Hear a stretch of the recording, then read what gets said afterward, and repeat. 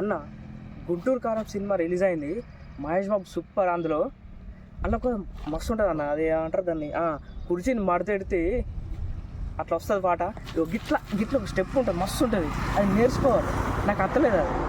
The next day మా తాత ఎందుకు అమ్మిండు? కోటి ఉంటే నేను ఎంత కోటీశ్వరుడు. ఏమైందిరా చెర్రీ? ఇగో కోట మా తాత అమ్మిండట నేను కట ఎన్నికట అమ్మిండు. ఎట్లారా?